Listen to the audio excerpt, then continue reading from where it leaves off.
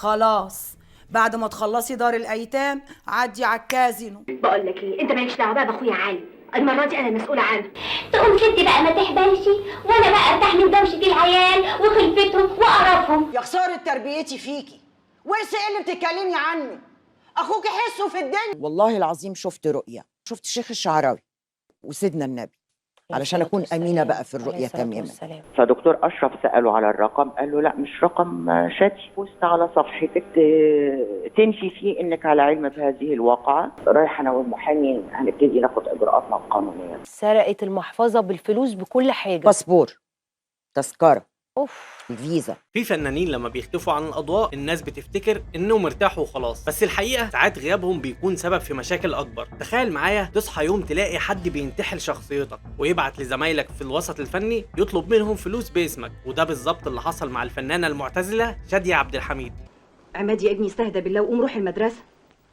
قلت لك مش رايح يعني مش رايح. ليه يا ابني بس؟ واقعة غريبة جدا حصلت الأيام اللي فاتت وخلت اسمها يتردد تاني في الوسط الفني. أحمد السعداني نفسه اتفاجئ برسالة بتطلب منه فلوس، ولما راح يحكي لأشرف زكي كانت الصدمة أكبر. مين اللي بيعمل كده وليه؟ محدش عارف حاجة. مش بس كده، هتعرفوا في الفيديو ده تفاصيل تانية عن شادية عبد الحميد، ازاي بدأت وليه اختفت عن الساحة. مجرد اي فنانه ما كانت بتتحجب ده بيبقى بالنسبه لهم ابعد عن الفن. لا مش هي، اتركنوها، ما يفكرش فيكي مخرج، ما يفكرش فيكي منتج. وازاي اتعرضت للسرقة من منتقبة وهي في العمرة. ببص في الشنطه لا لقيت حاجتي ولا فلوس. سرقتك. شالت البورتافيه اللي في قلب الشنطه بكل ما فيه. والرؤية اللي كانت سبب في لبسها للحجاب. والله العظيم شفت رؤيا، شفت الشيخ الشعراوي، كان الشيخ الشعراوي وسيدنا النبي، علشان اكون امينه بقى في الرؤيه تماما.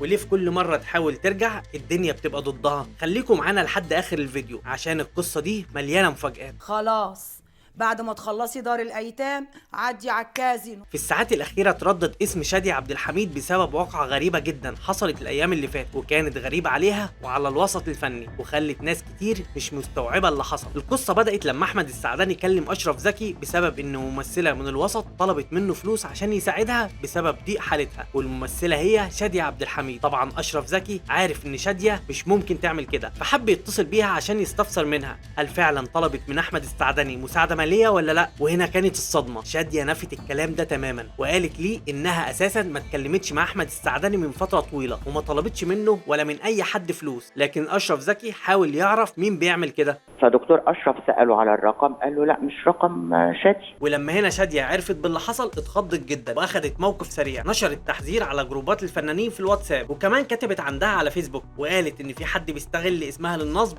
بعد ما نصحها اشرف زكي انها تعمل كده. يا ريت تنزلي بوست على صفحتك تنفي فيه انك على علم بهذه الواقعه وتحذري بقى اللي موجودين على الصفحه. والمفاجاه الاكبر انها لما نزلت البوست كلمتها تيسير فهمي وقالت لها انها كمان اتعرضت لنفس الموقف، وجالها رساله من رقم غريب بيقول انها شادية عبد الحميد وطلب منها فلوس، وتيسير للاسف حولت المبلغ فعلا. شيء لا اخلاقي، هي القصه مش في 1000 جنيه ولا في 2000 جنيه، قصه ازاي تستبيحي او يستبيح لنفسه ان هو ينصب على الناس. لكن شادية ما سكتتش ووضحت انها هتاخد كل الاجراءات القانونيه ضد الشخص اللي انتحل شخصيته، خصوصا انها عمرها ما عملت كده ومش عارفه هو عمل كده ليه ولا عاوز يوصل لايه. رايحه انا والمحامي هنبتدي ناخد اجراءاتنا القانونيه طبعا. ومش دي المره الوحيده اللي اتعرضت فيها للخداع من حد، وحكت عن موقف سرقه حصل لها وهي رايحه تصلي التراويح في العمره. وقفت جنبي مصريه بتكلمني لابسه نقاب. سرقت المحفظه بالفلوس بكل حاجه، باسبور، تذكره، اوف، الفيزا،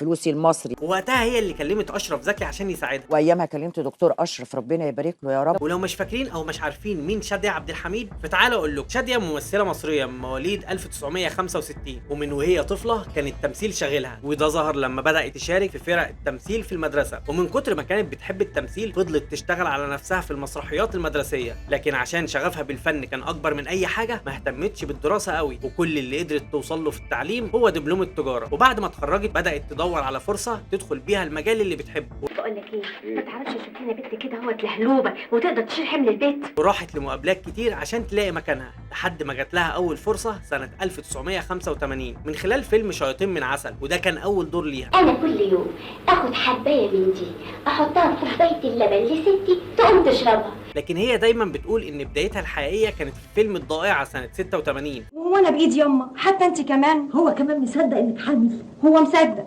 لكن انا حاسه ان كلها كام شهر وممكن الحكايه تنكشف. في الفيلم ده لعبت دور نوال، والدور ده خلى الجمهور يعرفه، وكمان لفت نظر المخرج الكبير عاطف الطيب اللي رشحها الفيلم كتيبة الإعدام سنة 89. ده مش ابوك يا هاني، ابوك مات.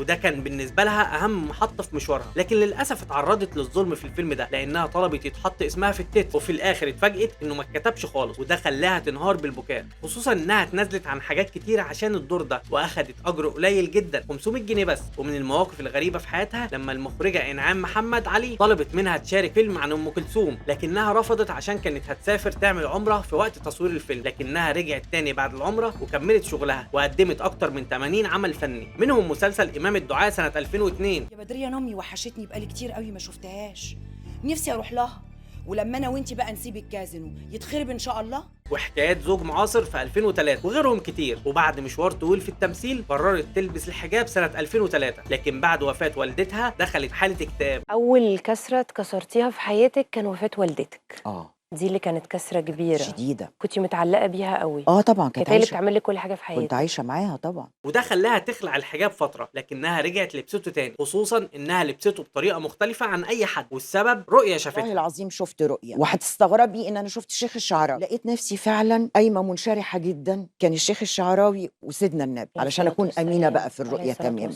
واتسألت انت ليه مش محجب، فلقيت نفسي بقول له هحضر لبس الحجاب. لكنها بعدت عن الفن سنين طويلة لحد ما ظهرت فجأة في رمضان 2021 في مسلسل لعبة نيوتن. يا خسارة تربيتي فيكي، ورث ايه اللي بتتكلمي عنه؟ اخوك حسه في الدنيا. والجمهور وقتها ما عرفهاش من اول نظرة لان شكلها كان متغير. مش عارفة، يمكن علشان بقالي كتير ما بظهرش، شوية تغيرات طبعا، احنا كبرنا شوية. والمفاجأة انها ما كانتش عايزة تشارك فيه اصلا. ما كنتش متحمسة، مش هكذب عليك، ما كنتش متحمسة قوي، وبعد رجعوا كلموني تاني فرحت، وانا في قرارة نفسي هعتذر واحتراما للناس لانهم اتكلموا مرتين. المقابلة اللي قابلها لي الاستاذ تامر محسن، يا سلام يا سلام على هذا الرجل، قد ايه رائع وقد ايه محترم، وخلاني عارف لو هعمل مشهد له هعمل. شادية عبد الحميد عندها دلوقتي 60 سنة، ما نعرفش اي حاجة عن حياتها الشخصية، لكن تقريبا قدرت تعمل ثروة من الفن بتقدر ب 30 مليون جنيه. شادية حتى لو اختفت او ما عادتش زي الاول فده مش مبرر ان حد ينتحل شخصيتها وينصب على زمايلها باسمها، ودي واقعة متكررة وبتحصل كتير، وبتبين ان احيانا الفنان البعيد عن الاضواء بيتعرض للظلم اكتر من اي حد. قولوا لنا في التعليقات رايكم ايه عن الواقعة دي. ماشي، اديني فرصة يومين 3 واشوف لك بيت تاني. كده يبقى هحللك. جوزك يا حبيبتي عمل البيت ده بشقاوة وتعبه، وهيخرج علشان يحافظ عليكي وعلى عيالكم ان شاء الله اللي هتخلفيهم. يخرب بيتك، لا هي ولا سيدي طبعا. اوعي تجيبي سيره لحد لا اقطع رقبتك، فاهمه؟